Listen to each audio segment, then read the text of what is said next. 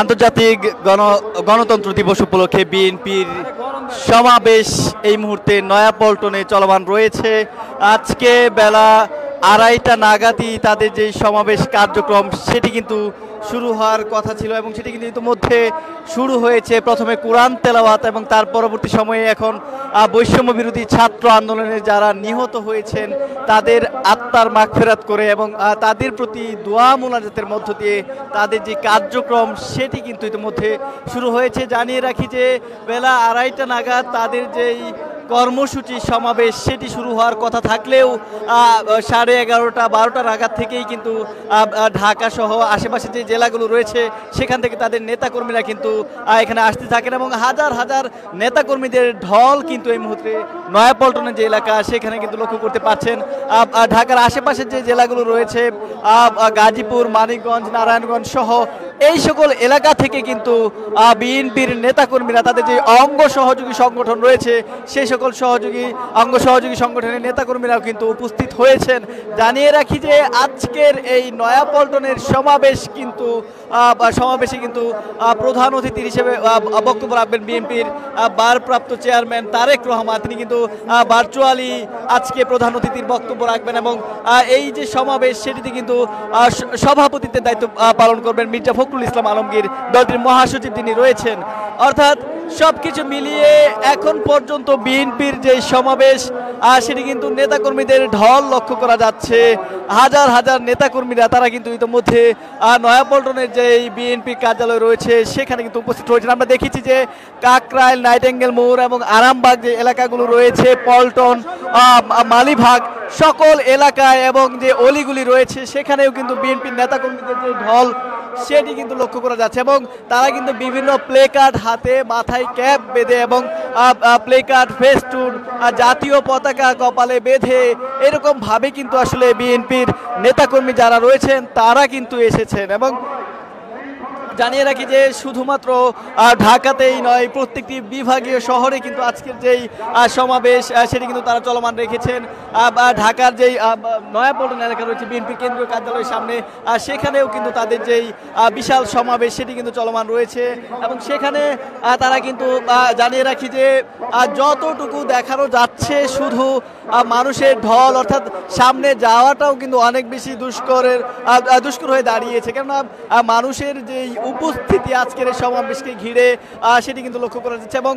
এই সমাবেশকে কেন্দ্র করে কিন্তু ঢাকার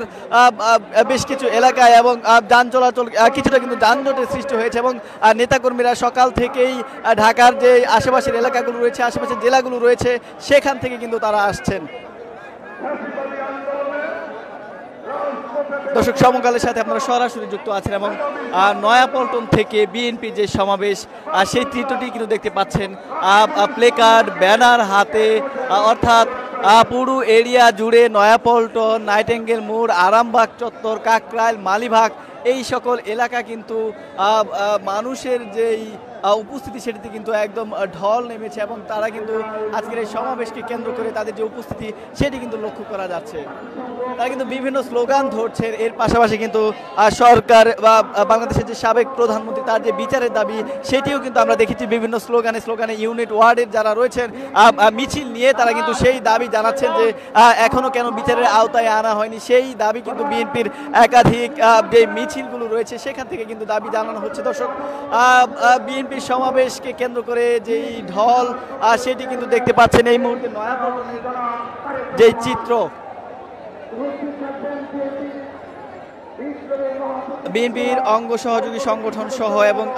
ঢাকার যেই কলেজ ভার্সিটিগুলো রয়েছে, বিশ্ববিদ্যালয়গুলো রয়েছে সেখান থেকেও কিন্তু যেই তাদের যে ছাত্র সংগঠন সহ এবং অঙ্গ সহযোগী সংগঠন তারা কিন্তু এসেছেন। ঢাকা কলেজ, তিতুমির কলেজ, সরকারি নজরুল কলেজ এবং ইডেন মহিলা কলেজ সহ সব কলেজ এবং বিশ্ববিদ্যালয় থেকেও কিন্তু নেতাকর্মীরা তারা কিন্তু এখানে এসে আজকের যেই সমাবেশ স্থল সেখানে এসে কিন্তু জড়ো হয়েছেন এবং তাদের যে গণতন্ত্র দিবসের যেই আজকের সমাবেশ সেটি কিন্তু বাস্তবায়ন তারা করে যাচ্ছেন। এবং জানিয়ে রাখি যে আজকের সমাবেশকে কেন্দ্র করে কিন্তু আইন শৃঙ্খলা রক্ষাকারী বাহিনী যারা যারা রয়েছেন তারা কিন্তু তৎপর রয়েছেন। ঢাকা মেট্রোপলিটন পুলিশের পক্ষ থেকে যেটি জানানো হচ্ছে, তারা বলছেন যে এই সমাবেশকে কেন্দ্র করে কোনো ধরনের অনাকাঙ্ক্ষিত অপ্রীতিকর ঘটনা যেন না ঘটে,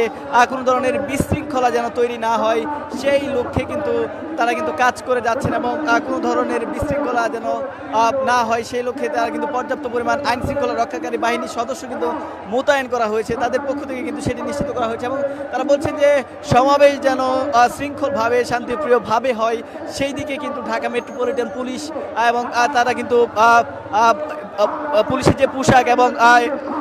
সিভিল ড্রেসেও কিন্তু তারা কিন্তু এই সমাবেশকে কিন্তু তারা আসলে নজরদারিতে রাখছেন, এরকম ঘোষণা কিন্তু আসলে ঢাকা মেট্রোপলিটন পুলিশের পক্ষ থেকে কিন্তু জানানো হচ্ছে।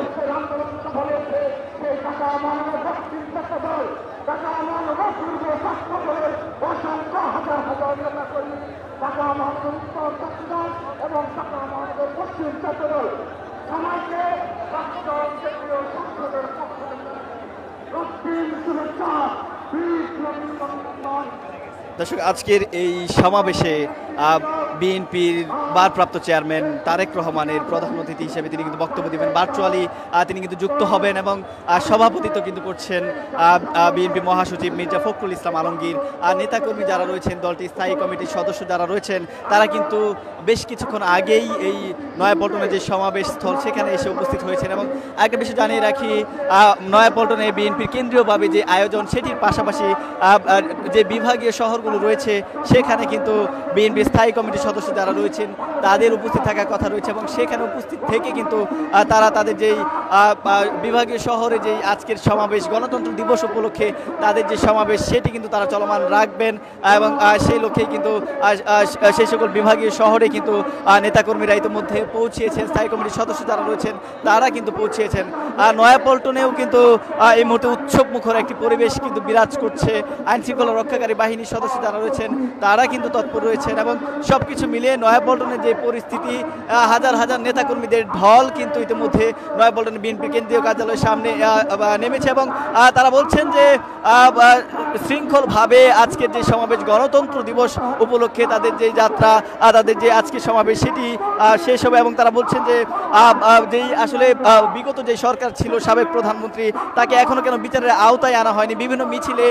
তারা কিন্তু সেই স্লোগান ধরেছেন এবং তাকে যেন খুব দ্রুত সময়ের মধ্যে বিচারের আওতায় আনা হয় সেই দাবিও কিন্তু বিএনপির নেতাকর্মী যারা রয়েছে তাদের পক্ষ থেকে কিন্তু জানানো হচ্ছে। সমকালের সাথে আপনারা সরাসরি যুক্ত আছেন।